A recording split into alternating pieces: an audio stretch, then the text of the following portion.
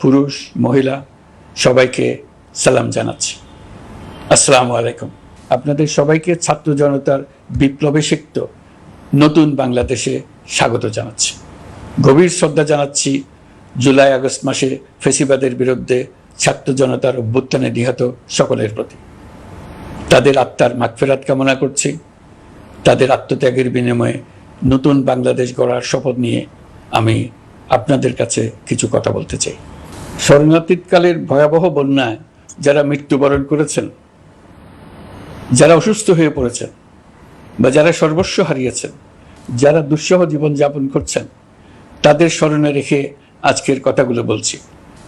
বন্যা দুর্গতদের জীবন দ্রুত স্বাভাবিক করার জন্য যাবতীয় উদ্যোগ সরকারি বেসরকারি পর্যায়ে নেবার আয়োজন করেছি।